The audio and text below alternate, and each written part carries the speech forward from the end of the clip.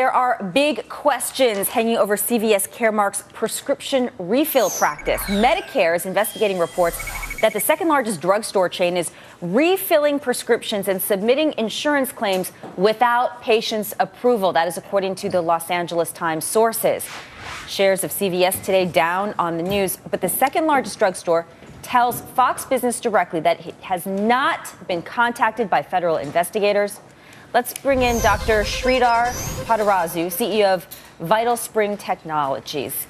Dr. P, thank you so much for joining us. What do you make of this case? You know, there's a precedent with CVS because they did, reach a settlement for selling drugs at the wrong prices to seniors and disabled people. So there's a history with CVS here.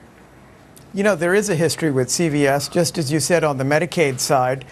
And as big as CVS is, there's always this concern that they have the ability to go out and be able to overcharge without much oversight. So this is really worrisome if it's true for Medicare beneficiaries who are getting charged or having prescriptions sort of doled out and charged for by CVS to Medicare.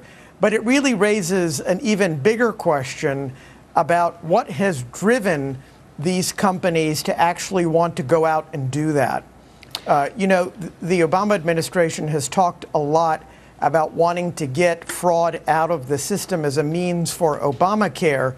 So you have to wonder what sort of the motivation is for the companies to do this.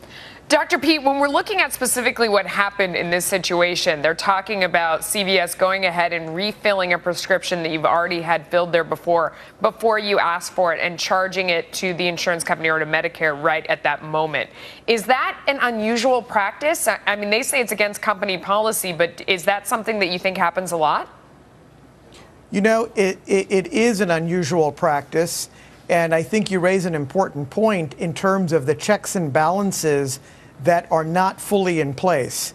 And there are a lot of areas, just like the one that you described, where as they're trying to understand about this whole issue of overcharges, they've got the FBI and HHS trying to go in and do these sample audits for the prescriptions that are being filled.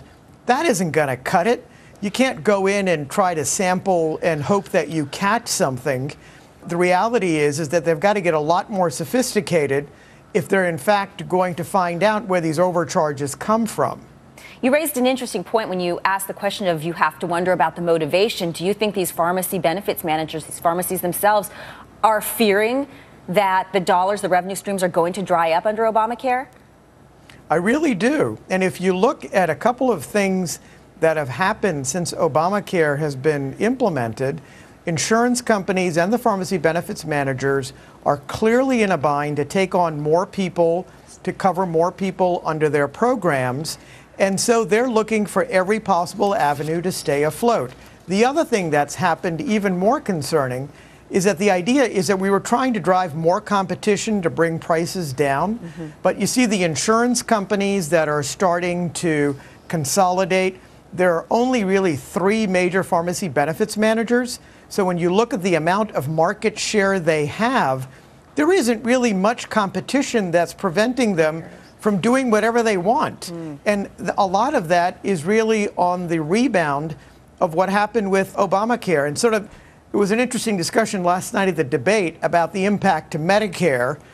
But here's a great example of if the idea of taking $760 billion out of Medicare by looking at fraud and abuse, well, if this is the approach, that's pretty scary. And I just want to say before we go, because we do have a statement from the CVS spokesman, Mike DeAngelis, who says our adherence to the programs require that patients' consent be obtained before a prescription is refilled. And at this time, we haven't been contacted regarding the investigation. So they're pretty much denying that this is going on. We just want to make sure we get that in there because we did contact them and ask them for their side of the story. Right. Okay. Dr. Sreedhar Potarazu, thank you very much. Dr. P, we call Dr. P, it's even easier. Thanks. Less of a mouthful. There you go. A great guest for sure.